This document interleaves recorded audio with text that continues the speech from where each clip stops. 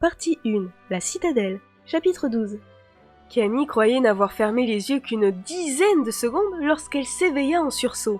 Elle consulta le clepsydre qui trônait sur une commode et poussa un grognement étouffé. Il était 1 heure passée de 10 minutes. Elle rejeta les couvertures et, sans bruit, posa les pieds au sol. Elle s'était couchée habillée. Il ne lui restait plus qu'à enfiler ses bottes pour être prête. Elle agit dans un silence presque total. La voix d'Ayana, parfaitement réveillée, s'éleva pourtant avant qu'elle ait atteint la porte. « Où vas-tu » Camille se mordit les lèvres. C'était bien sa veine de partager sa chambre avec une marche ombre au sens aussi infaillible qu'un radar. Elle décida de formuler une demi-vérité. « J'ai rendez-vous avec Salim » avoua-t-elle. « C'est du beau ?» Rien, Ayana. Puis elle ajouta. « D'accord. Je n'ai rien entendu, mais ne passe pas la nuit dehors, où je réveille Maître Diom pour qu'il parte à ta recherche, compris ?»« Compris !» promit Camille en se félicitant que son amie se soit méprise sur ses intentions. Elle se glissa hors de la pièce. Le couloir était sombre, mais les murs de pierre dégageaient une faible luminosité qui permettait de se déplacer sans encombre. Impossible de déterminer depuis quand cette lumière avait été dessinée. Depuis des siècles peut-être. Et Camille se demanda si elle avait été créée tamisée ou si son intensité avait décru au fil du temps. Elle gagna rapidement la chambre où elle avait donné rendez-vous à Salim. Il attendait assis devant la porte et se leva à son arrivée. « Non !» intervint Camille avant qu'il ait eu le temps de parler. « Ne râle pas, ce n'est qu'un très léger retard et nous avons des tas de choses à faire. » Très bien, ma vieille. Je me tais, je ne pense à rien, je n'ai pas sommeil et je n'ai pas froid aux fesses. Par quoi commençons-nous ? Camille réfléchit un court instant. La vigie ! Mais Edwin a expliqué qu'il fallait être un dessinateur de haut niveau pour y pénétrer. Il parlait dans le vide, son ami avait fait demi-tour et s'éloignait déjà. Salim courut pour la rattraper. « Tu pourrais au moins me dire ce qu'on cherche » ronchonna-t-il. « Qui on cherche ?» le corrigea Camille. « On cherche quelqu'un ?» Oui, celui qui m'a aidé lors de mon duel. Celui qui peut dessiner ici alors que c'est impossible. Celui dont tout le monde ignore la présence et que je dois absolument trouver. Mais... Tais-toi, Salim! Bien que les gardes soient postés sur les remparts et non au cœur de la citadelle, mieux vaut ne pas courir le risque d'être découverts. Nous aurions du mal à expliquer notre présence ici. La tour de la vigie s'élevait au centre d'une cour plantée de pommiers. L'ouverture à sa base n'était close par aucune porte et personne ne gardait les quelques degrés qui y conduisaient. L'intérieur de l'édifice baignait dans la même clarté que les couloirs de la citadelle. Ils eurent un mouvement de recul en découvrant l'escalier, une rampe vertigineuse s'enroulant sans garde-fou sur le mur arrondi. La perspective offerte par l'absence de pilier central donnait le tournis, bien qu'il fût impossible de discerner le fait de l'édifice. Les marches, larges de plus de 2 mètres, étaient en pierre soigneusement polies et ajustées. « Jolie grimpette !» apprécia Salim. « Tu es certaine de vouloir aller là-haut ?» En guise de réponse, Camille attaqua l'ascension, et il n'eut d'autre possibilité que de la suivre. Il leur fallut presque 20 minutes pour gagner le sommet de l'escalier, serré contre le mur, évitant d'observer le vide à leurs pieds. Le souffle court, les jambes douloureuses, ils atteignirent enfin le dernier degré. Ils donnaient sur un palier baignant dans une lueur bleutée, qui provenait d'une arche s'ouvrant sur une nouvelle volée de marche. Ils s'approchèrent. La lumière formait un rideau immatériel qui barrait complètement le passage. « C'est électrifié ce machin ?» s'inquiéta Salim. « Aucune idée !» répondit Camille. « Tends le bras pour qu'on le sache !»« Tu plaisantes !»« Tu vois une autre solution ?»« Oui, faire demi-tour !» Camille secoua la tête et avança d'un pas. Salim ouvrit la bouche pour protester, mais déjà elle avait traversé le rideau lumineux. « Pas de problème !» affirma-t-elle. « Tu peux venir !» Salim haussa les épaules et la suivit. Du moins, essaya. Il rebondit contre la lueur bleue comme s'il avait heurté un mur et poussa un grognement en se frottant le front. « J'en étais sûre !» commenta Camille. Très drôle. Râla Salim. Tu aurais pu m'avertir. Qu'est-ce que c'est que ce truc ? Un dessin, expliqua Camille. Je l'ai senti en arrivant. Je savais que ce n'était pas électrifié. Sinon, en écreinte, je t'aurais laissé passer devant. Il doit s'agir d'un écran destiné à filtrer les visiteurs.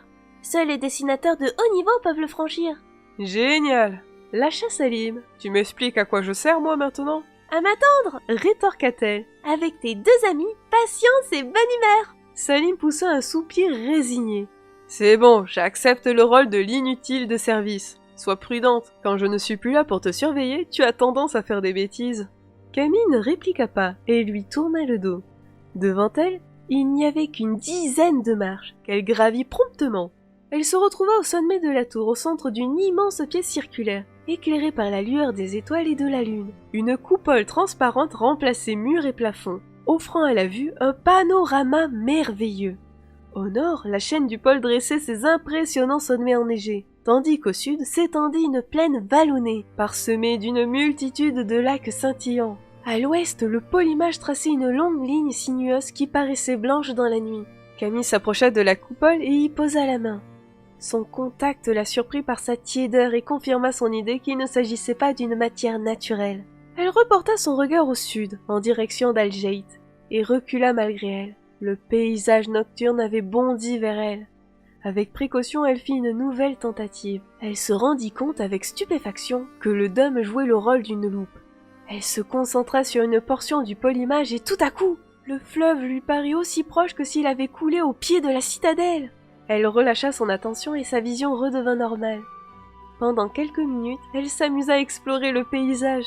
L'effet de grossissement était proportionnel à sa volonté. Elle parcourut les frontières de glace comme si elle s'y trouvait, et observa les jeux d'un couple de renards blancs. Elle saisit l'avantage d'une telle invention dans une région aussi peu sûre que les marches du Nord. Pas étonnant que les Raves n'aient jamais réussi à surprendre l'Empire. À regret, Camille s'éloigna de la paroi translucide.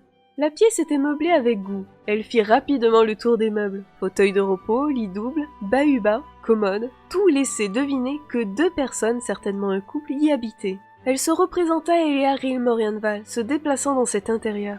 Et ses mâchoires se contractèrent. Pour la première fois, elle perçut combien il était facile de haïr quelqu'un. Aucun signe en revanche de l'inconnu qu'elle recherchait. Camille se glissa dans l'imagination. Aussitôt, la puissance de l'endroit lui parut évidente. Comme à Al-Jait, tout ici baignait dans le pouvoir et le dessein. Elle sentit cependant une grosse différence avec la capitale de l'Empire. Cette dernière n'était qu'une création. La citadelle était une source. Camille utilisa tout son pouvoir pour tenter d'identifier l'origine de cette force. En appelant les chevaux quelques jours plus tôt, elle avait découvert une nouvelle facette de son don. Cette même facette qu'elle avait utilisée en demandant de l'aide pendant son duel. La faculté de communiquer à distance. Pouvait-elle se servir de ce pouvoir pour repérer quelqu'un?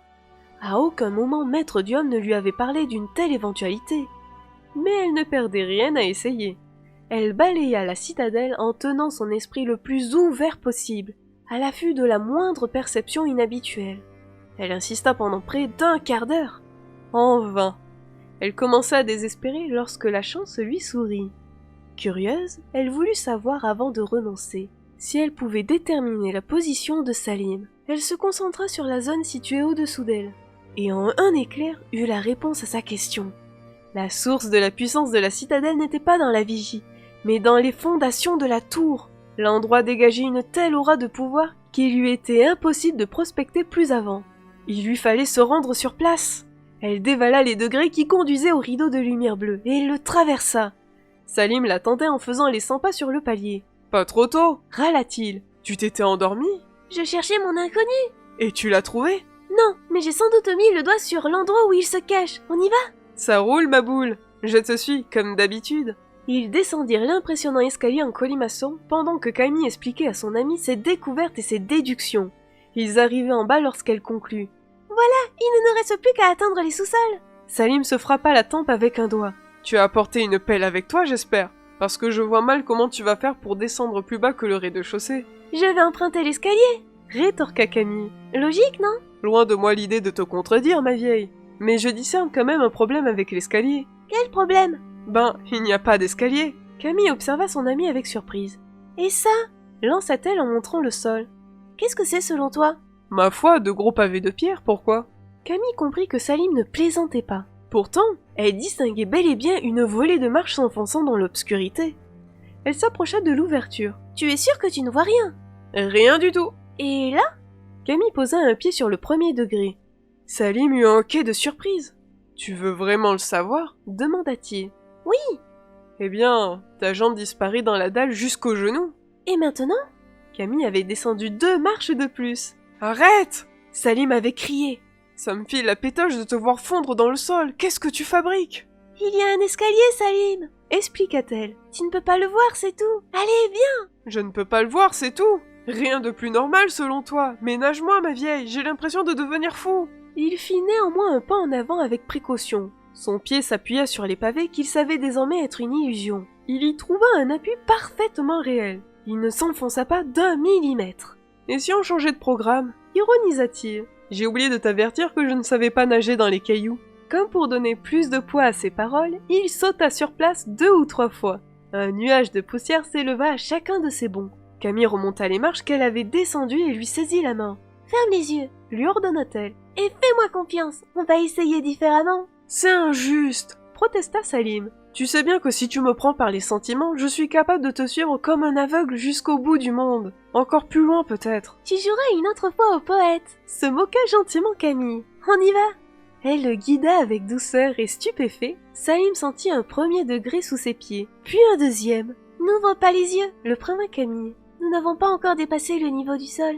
C'est bon, tu peux regarder. Salim obéit. Il se trouvait dans l'obscurité la plus totale. Mais on n'y voit rien. Protesta-t-il. Lumière, s'il te plaît. Camille tenta de se glisser dans les spires. Comme un peu plus tôt dans la soirée, elle eut l'impression qu'y accéder était impossible. La sensation de glisser était toujours présente, mais elle savait désormais à quoi s'en tenir. Elle insista et réussit à se concentrer suffisamment pour qu'une petite flamme se mette à danser au bout de ses doigts. L'escalier qui s'enfonçait dans la nuit était à peine assez large pour laisser le passage à une personne à la fois. Camille s'y engagea la première. Au bout d'une trentaine de marches, ils butèrent contre une porte basse en bois vermoulu. Lorsque Salim posa la main sur la poignée, elle refusa de tourner. Encore indécent, Grogna le garçon, Oui, de toute évidence.